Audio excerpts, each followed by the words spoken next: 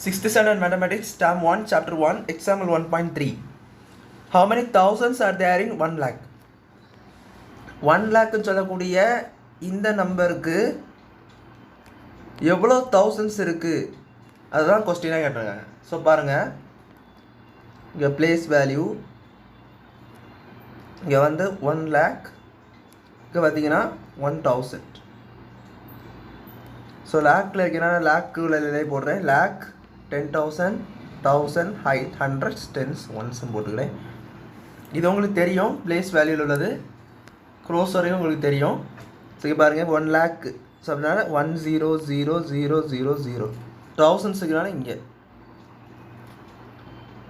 இப்போ கவனிங்க, இந்த ரெண்டு நம்பருக்கும் என்ன டிஃபரன்ஸ் அதை நீங்கள் இப்போ செக் பண்ணணும். எப்படி செக் பண்ணணும்? இப்போ இந்த 1 lakhக்கு பார்த்தீங்கன்னா கரெக்டாக 6 digits இருக்குது, 6 digits 6 இலக்கங்கள் இருக்குது. இதுக்கு பார்த்தீங்கன்னா 4 digits, அதாவது 4 இலக்கங்கள் தான் இருக்குது, 4 இலக்கங்கள் தான் என்ன செய்யுது இருக்குது. அப்போ இன்னும் 2 இலக்கம் வந்து என்ன செய்யுது, காலியாக இருக்குது. ஸோ இந்த 2 இலக்கத்தில் ஏதோ ஒரு இருந்தால் மட்டும்தான் அது வந்து லட்சக்கணக்காக உள்ள நம்பராக மாறும். ஸோ அது எப்படி கண்டுபிடிக்கணும் பாருங்கள். இந்த 2 நம்பர் நீங்கள் வந்து பெரிய நம்பரை மேலே எழுதி சின்ன நம்பரை கீழே எழுதிக்கணும். இப்படி எழுதிங்கன்னா எவ்வளோ டென்ஸ் அதில் இருக்குன்னு உள்ளதை நீங்கள் ஈஸியாக கண்டுபிடிச்சிடலாம். இங்கே ஒரு மேலே ஒரு 0 கீழே ஒரு 0 நீங்கள் கேன்சல் பண்ணிகிட்டே போங்க, கீழே 1 வரது வரைக்கும். மேலே ஒரு 0 கீழே ஒரு 0 கீழே ஒரு 0 மேலே ஒரு 0ன்னு சொல்லிட்டு கேன்சல் பண்ணிங்கன்னா பை 1 தான் இருக்குது. அது ஒன்றும் பிரச்சனை இல்லை. 1 இருக்கிறதுக்கும் இல்லாததுக்கும் ஒரு பிரச்சனையும் கிடையாது. 100. அப்போது 100ன மீனிங் என்ன? 10 times 10. உங்களுக்கு 10th டேபிளில் படிச்சிருப்பீங்க, 10 times 100 தான் படிச்சிருப்பீங்க.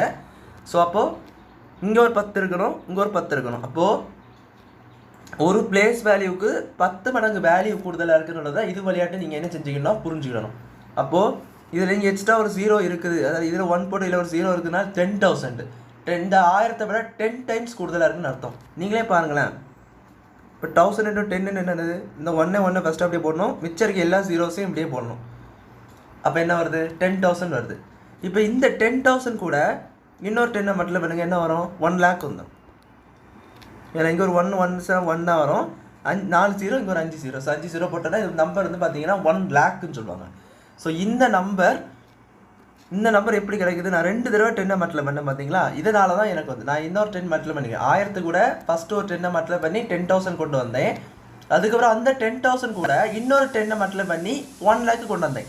ஸோ இப்படி கொண்டு வந்ததுனால தான் எனக்கு என்ன கிடச்சி? 1 lakhன்னு சொல்லக்கூடிய நம்பர் 1000லேருந்து கிடச்சி. அப்போது இந்த 10ம் இந்த 10ம் தான் 2 தடவை 10 அந்த இடத்துல 1000 கூட மல்டிப்ளை பண்ணும் பொழுது தான் உங்களுக்கு என்ன கிடைக்குது? 1 lakh கிடைக்குது. அப்போ நீங்கள் என்ன எழுதணும்? 1 lakh என்பது 10 times 10,000 அர்த்தம். 2 தடவை 10ஆல் மல்டிப்ளை பண்ண thousands கூடி thousandsனா ஆயிரங்கள்னு அர்த்தம். ஆயிரங்கள் கூட இன்னும் 2 தடவை 10 மல்டிப்ளை பண்ணணும். அப்படின்னா தான் உங்களுக்கு என்ன கிடைக்கும்? 1 லட்சம் கிடைக்கும். இந்த 10 times நம்ம நேரத்தை பார்த்த போல் 100.